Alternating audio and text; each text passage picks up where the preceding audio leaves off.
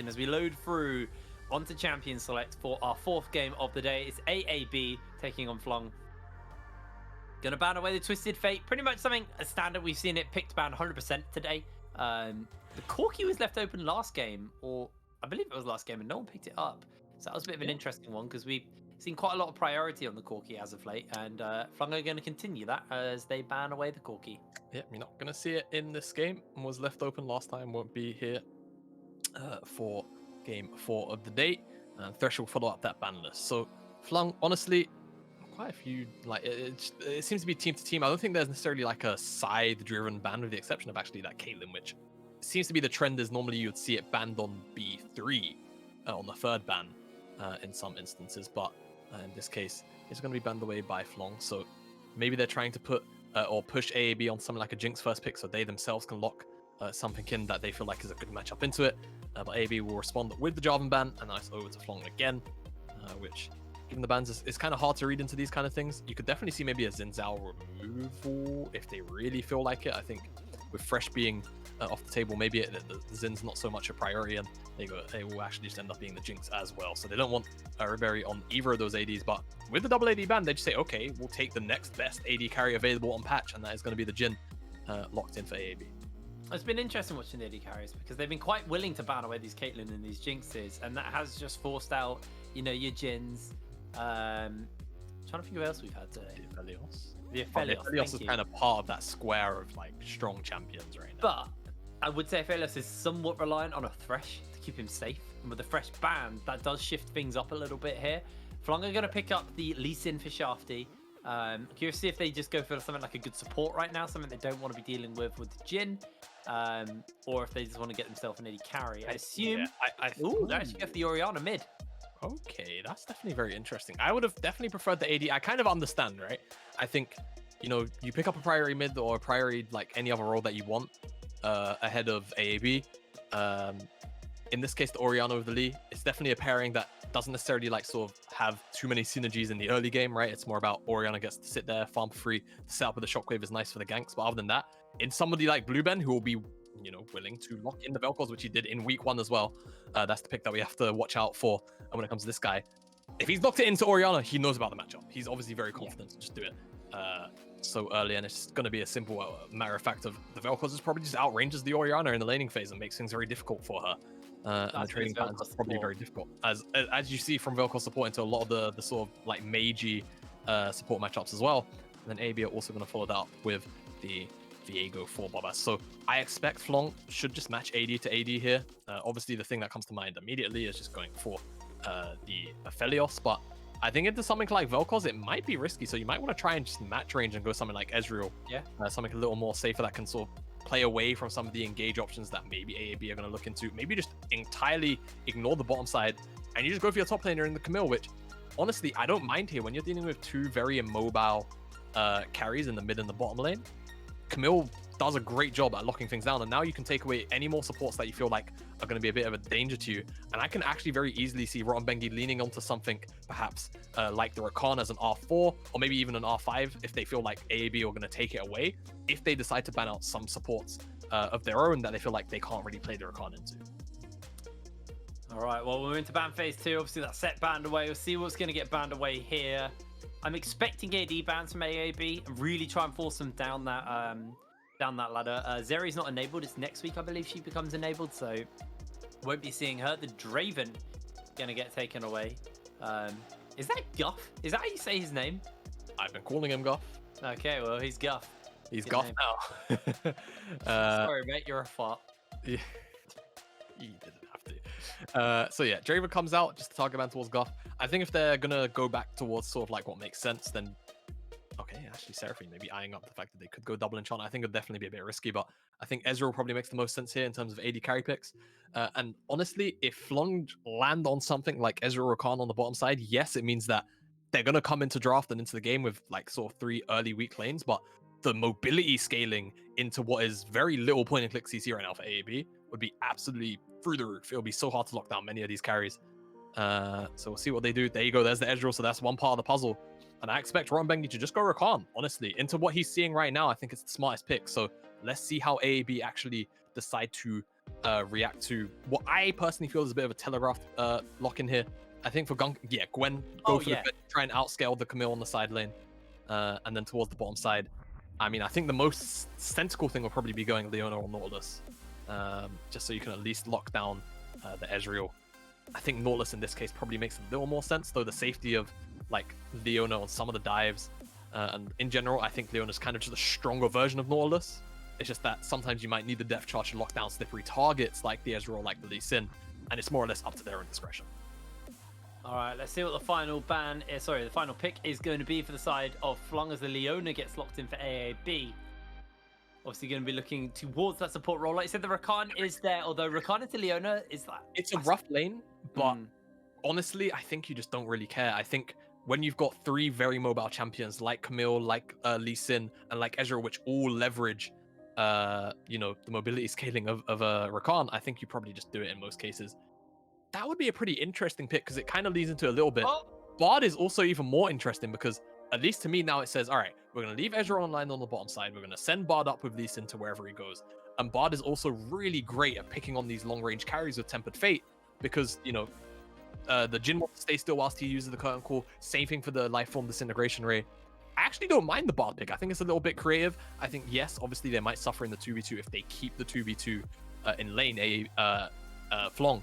But you imagine Rotten Bengi, as soon as he hits like level 3, level 4, he's just gonna skirt off on his magical journeys towards the mid lane and try and set up Shafty across the map. All right, so as we move later into the game, what is your expectation here? I mean, I think for Fløng, trying to win out like front to back team fights is probably not gonna work into what AaB have. And I think in general, both these teams don't necessarily want a front to back like traditionally. I think when you got Gwen doesn't always want to enter from the front. She can kind of just burn down like frontliners anyway. In this case, there isn't really one. So maybe they just kind of do brute force it AaB. They use the Curtain Call and some of the engage tools. And that's how they want to fight. But I think for Fløng, it's about like trying to play range with Ezreal, trying to find picks with the Tempered Fate and with the Bard, and then, finding the lockdown with the Camille and trying to execute with things like the Shockwave and the Lee Sin on those key targets. Because I think as soon as you remove Blueben, as soon as you remove Jhin in the later stages, the team fights get a lot easier, but you always have to worry about something like the Gwen. And especially when there's not like a crazy amount of immediate hard CC to stop the Gwen from kind of doing her thing. If Gonkus gets a good laning phase here into Vangstead, Gonkus can very easily take over the game on a Gwen pick into what is a pretty easy comp, in my opinion, to play this champion into. I mean, time and time again, we see what Gwen is capable of doing. That champion, once you got the Riftmaker and the Nashers, it can become so hard to handle her.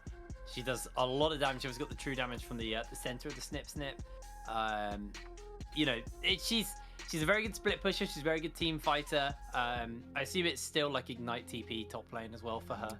Yes, sometimes Ghost TP. We even see Exhaust TP in some matchups. I think into Camille, Exhaust is pretty nonsensical because you can't exhaust the true damage, so it's probably Ignite. Maybe Ghost to actually catch up with some of the ranged champions. I think that would probably make the most sense. I think. Yeah. Ignite TP, I've been told in my ears. So top lane at the moment it's the Wild West.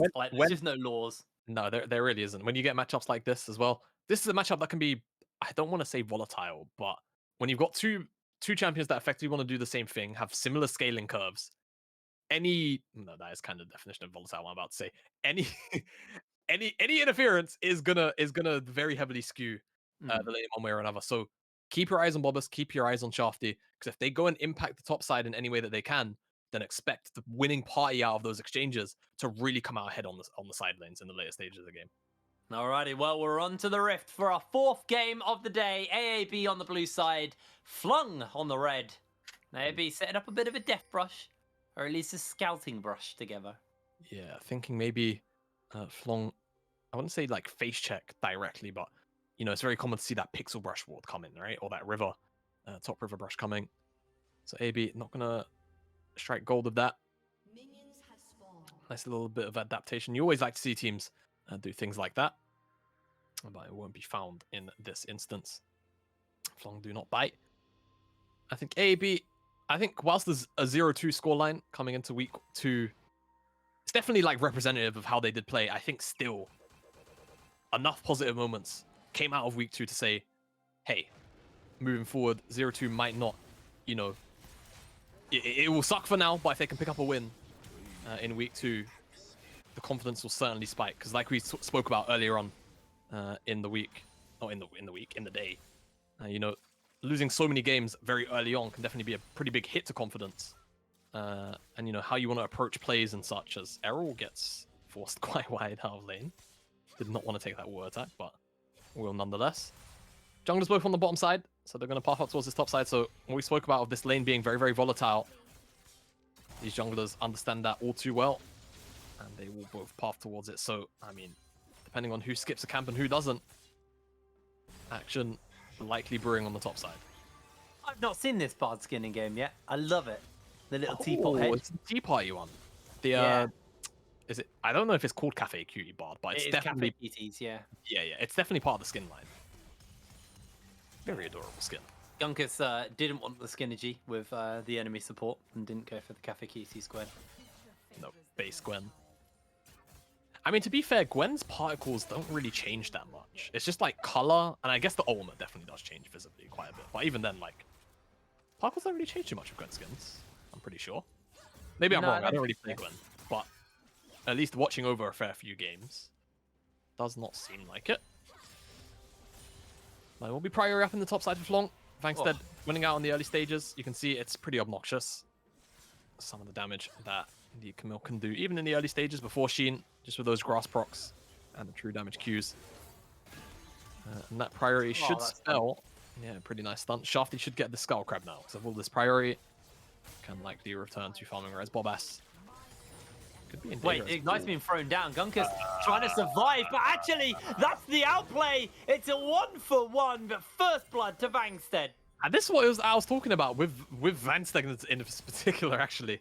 He's just a very confident player, and yes, he goes down 1-for-1. He makes Gunkus miss, you know, 4 or 5 creeps, but he's willing to throw his life away for something like that. To deny 3 minions. To deny 3 minions in true top laner fashion, he will indeed throw away his life. And he does in this instance. 1-for-1, up 5 CS. That's what we're fighting for as Vangstead. But he gets the Sheen, so now his trading pattern's actually going to be a lot more positive, you'll see. As he comes in, procs the Sheen. Already half HP on the side of Gunkus.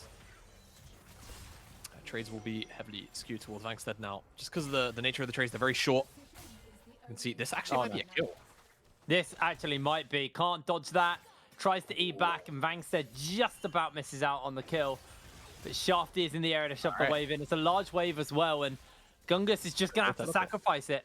Yeah. Although he's going to try and stay around, has got the backup of Bobass. I just don't know if it's enough. They're hook shotting in. They're going to get the stun off onto the moment. Gungus is doing a lot. Is able to trade back. They're stealing away the forms, and now Shafty hook shotted onto. Oh my god. Should be able to finish this one up. Has that flash available, and Shafty will forward to double kill secured for Bobass. Yeah, I mean, Bobass was dealing so much damage with the Camille there on that form. That was so crazy. It was like 3 auto attack, half, I guess. Yeah, but I mean, even in replay, we'll probably get it.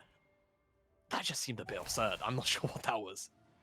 I don't think Sheen should be dealing that much damage, man. I think I just heard replay in our ears, so we'll have it very shortly. But dive goes askew for Vangstead and Shafty. You understand why they're doing it. Wave stacked. Gunkus very chunked out. But Bobass is there and ready to respond. As I think it will come up on our screens right now. So, I mean, if we could just slow down on when Bobass actually picks up Vangstead's form, because, I mean, it just felt like a lot of damage, you know? Like, the W takes 100 HP, the E takes like 60. Oh, it was a true damage Q, to be fair, but yeah. It just didn't look like it in the animation, maybe. That's what I got a bit confused with. But either way, Bobass, massive, finding that double kill. And on a champion like Viego, we know what Viego can do with very minuscule leads, let alone a 2-0 start as Rotten Bengi. Oh no, he's on the journey. He's already used the Cosmic Binding, so he's going to have to flash away. There's the second Cosmic Binding, though, to make sure that Ribery is not going to get a kill on the Jhin. Yeah. No gifted kill over, but we need to see Rotten Bengi and Shafty start moving around together in the near future. As Bobass does pick up the dragon on the bottom side with the help of his team. A lot of lane priority makes that happen. But Guff should be fine in this Ezreal lane. I mean, he's already 10 CS up anyway. And I think when you're trying to impact the top side as much as you are... Oh, no. That blast cone ain't going to save your life. Vangstead, 3-2 on the Camille. Yeah, and I mean, Flongs are just doing the right thing. The mid lane doesn't really matter to them. The Orianna's going to scale. Ezreal going to scale. Same thing. Rumbegi needs to get out of this lane. I mean, for AaB, sorry, I don't know why I'm picking on Flongs. They're doing the right thing. AaB, they need to send the Leona, and Bobas needs to get up there towards that top side because their lanes are innately going to win. They know that Rumbegi realistically is probably going to walk out of this lane eventually anyway. Go and pressure this top side. Help your volatile lane. See if they can maybe push a lead in the bottom side perhaps instead. But I mean, Tunis taking so much damage, Jake. Yeah, they're doing a lot here, but here comes Bobas, able to get one. Going to steal away the form and won't be able to get more.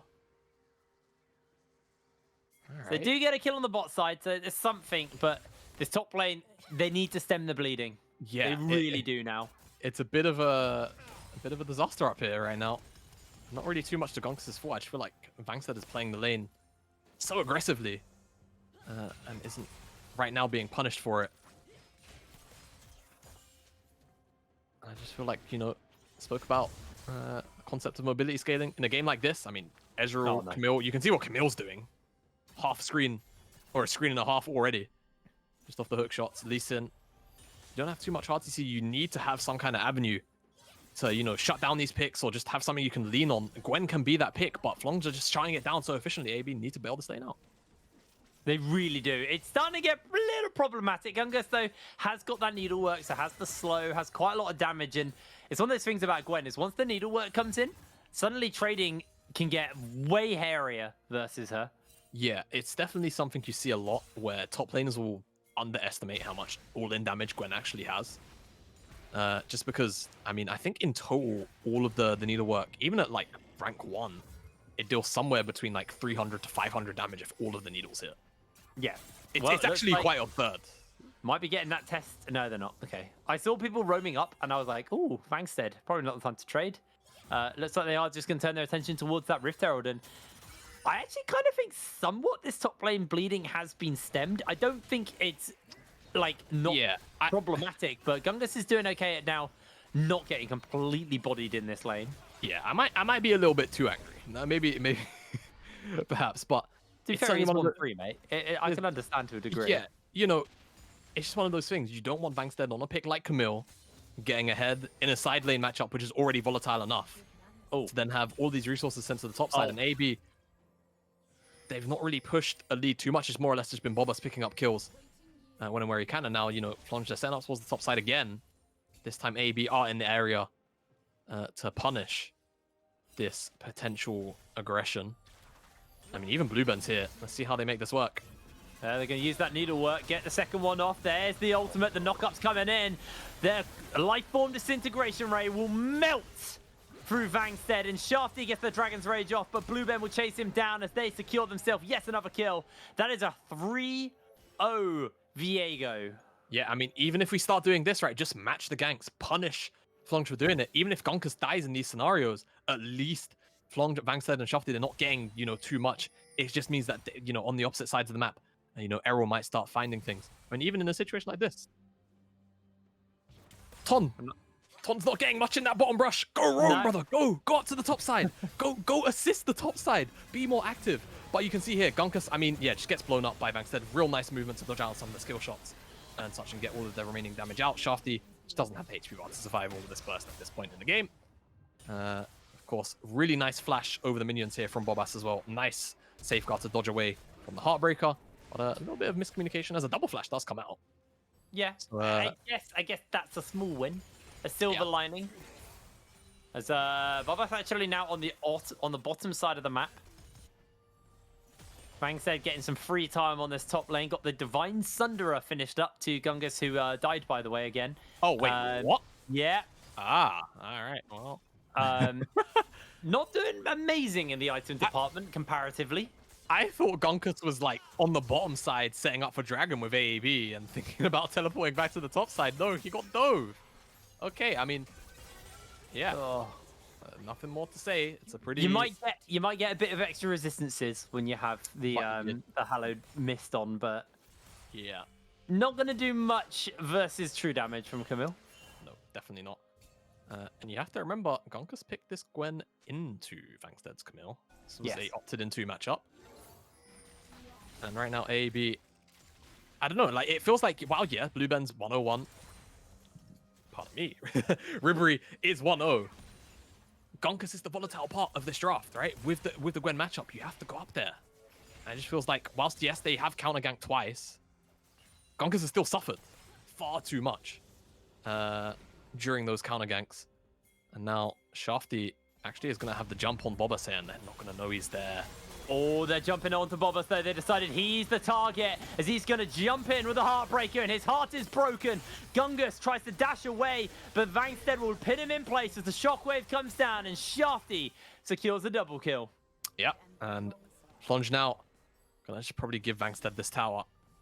Wait, this Rift Tail might time out. Oh, it's gonna be close. Oh no, it's close, but I think he's gonna be okay. Errol, what's the flash? That's a lot of damage coming out. Blueben. Shafty looking for the Sonic Wave. Won't be able to break the crown.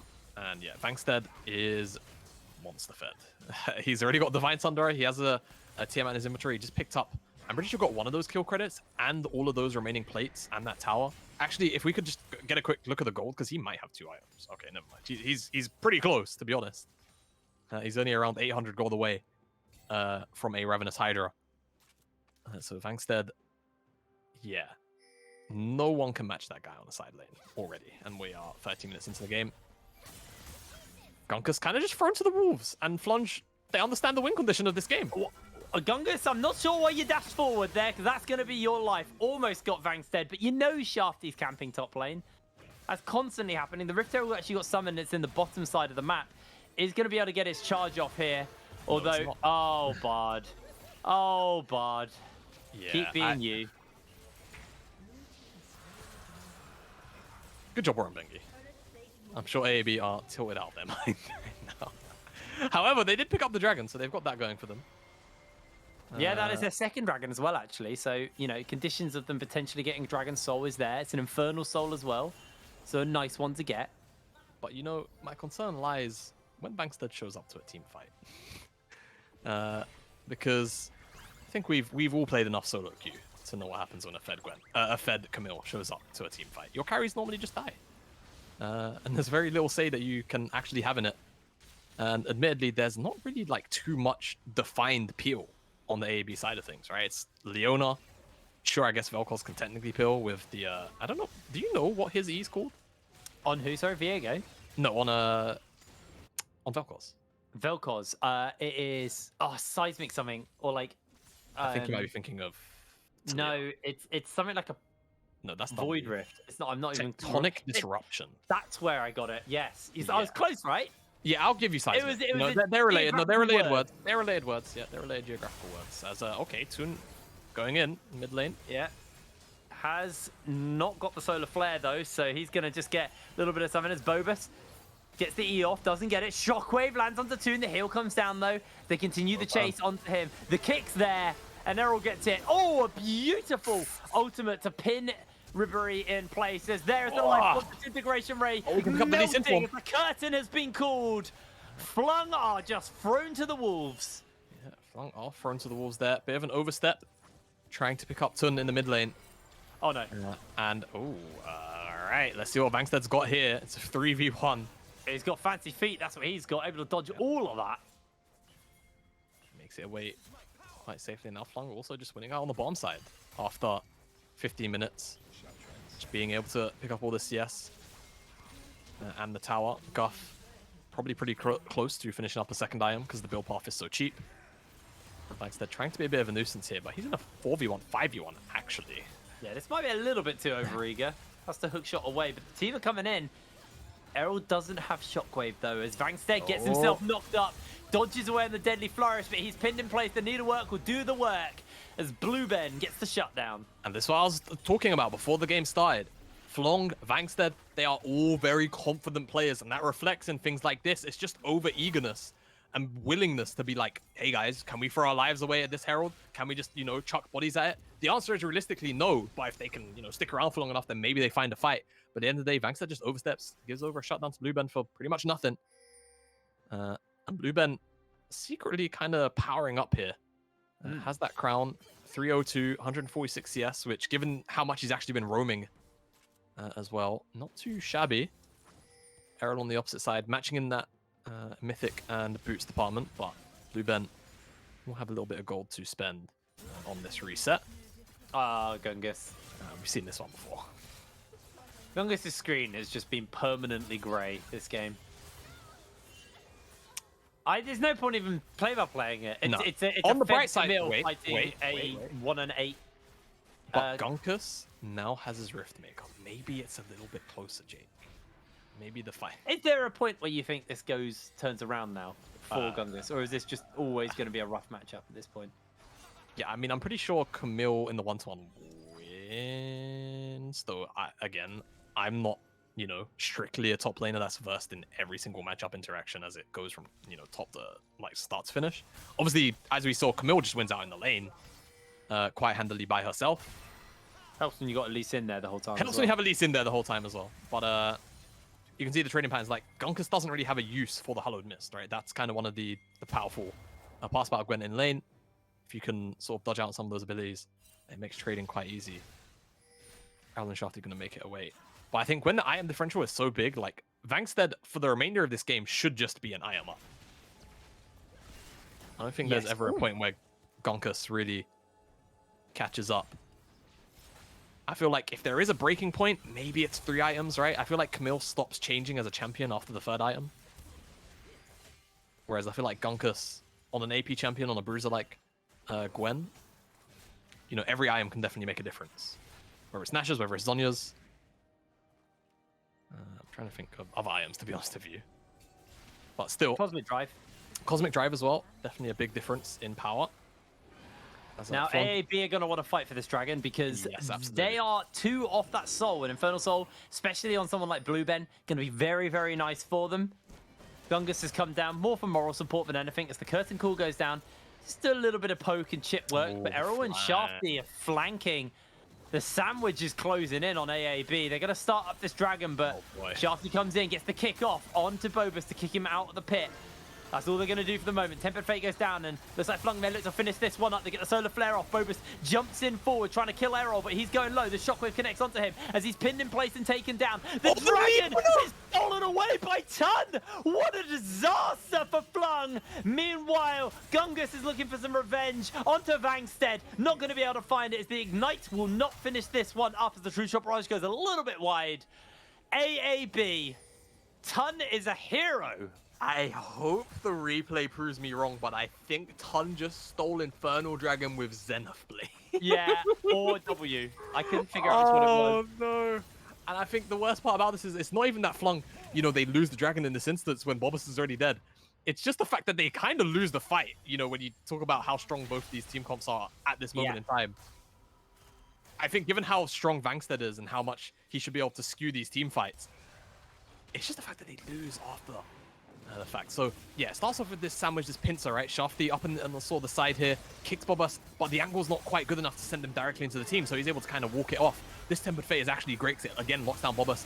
And then the Shockwave as well eventually comes in to execute Bobus, who's trying to find Errol, trying to find something, really. What is it? Is it the Zenith Blade? Oh, it was the Zenith Blade. 25 HP! Oh, that was just horrific. It's the kind of thing which, as a jungler, sticks in your head for so long. You lose a dragon or a baron in a smite fight so awkwardly, one favored as your own. Gunkus is... Yeah, we're not going to need a replay for that. Don't worry. Maybe Bobus and crew come and punish, but I think Hookshot is just going to send him to safety. That is a problem, that Camille. Yeah. Now, okay. If you think about it like this, Gunkus deaths removed, it's actually 11-3. So, AaB, they're a pretty decent standing if you remove the top lane matchup, to be honest. It's mostly... Unfortunately, they can't remove the top lane matchup. Yeah, that is most unfortunate.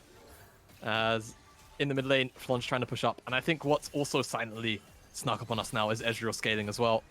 Oh my god. So much damage. Yeah, oh my god, is indeed the correct response to some of this damage that the Ezreal's going to deal. New build with the Muramana and, of course, the Essence Reaver into the Crown, I believe, is the build path.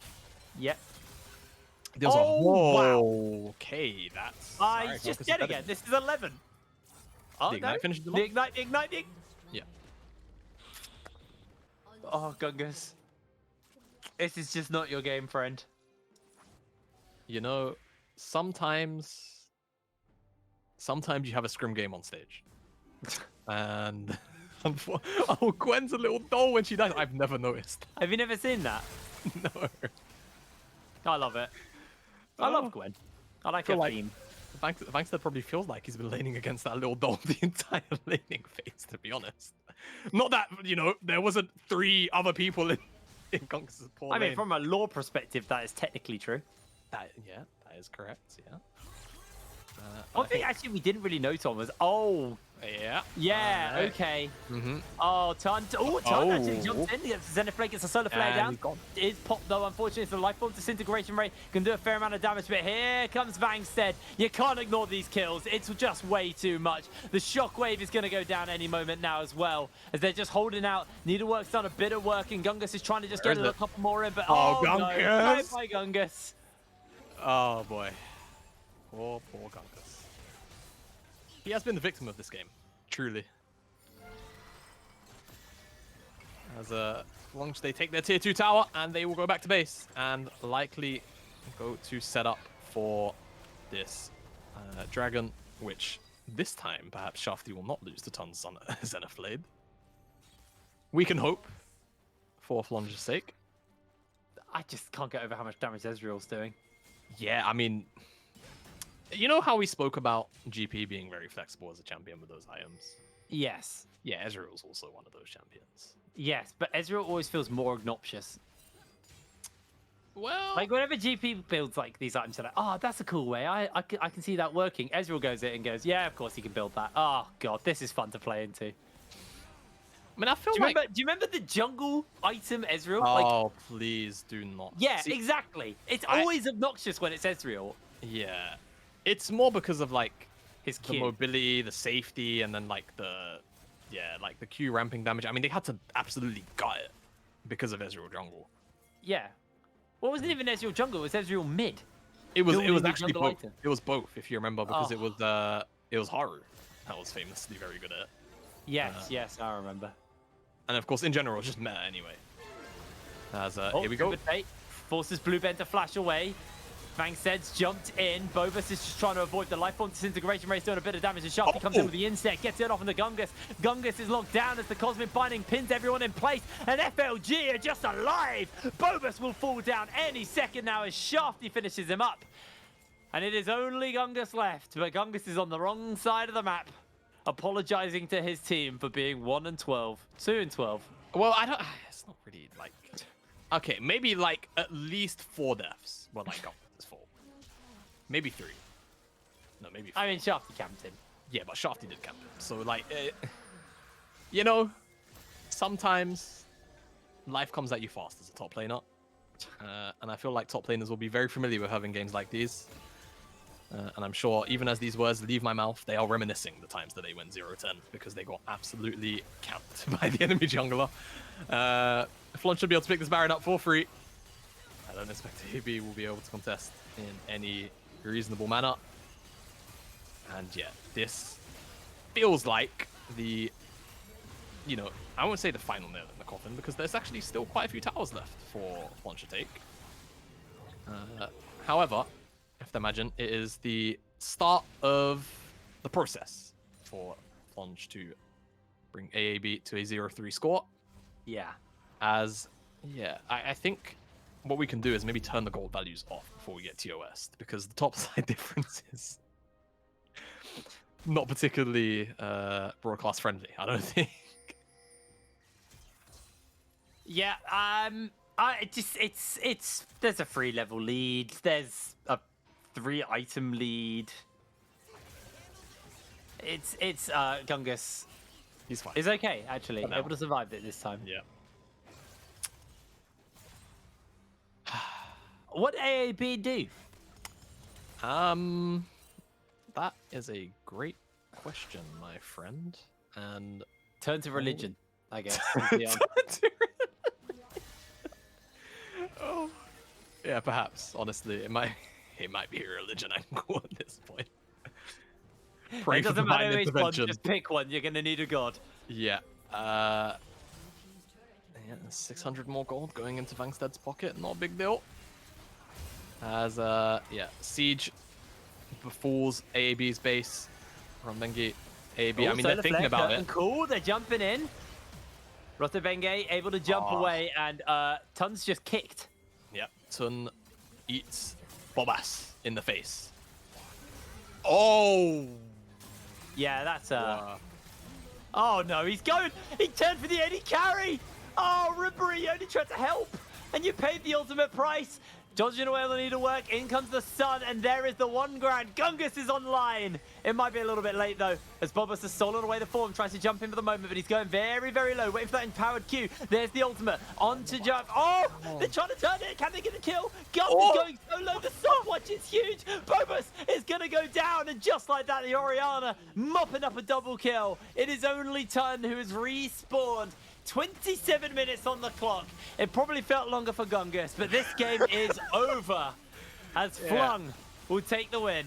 Yeah, Fløng will take the win. And I just feel like if we're talking on a team-to-team basis, Fløng understood the assignment. They understood what the win condition was in this game, and it was ensuring that their volatile topside matchup wins and wins handedly.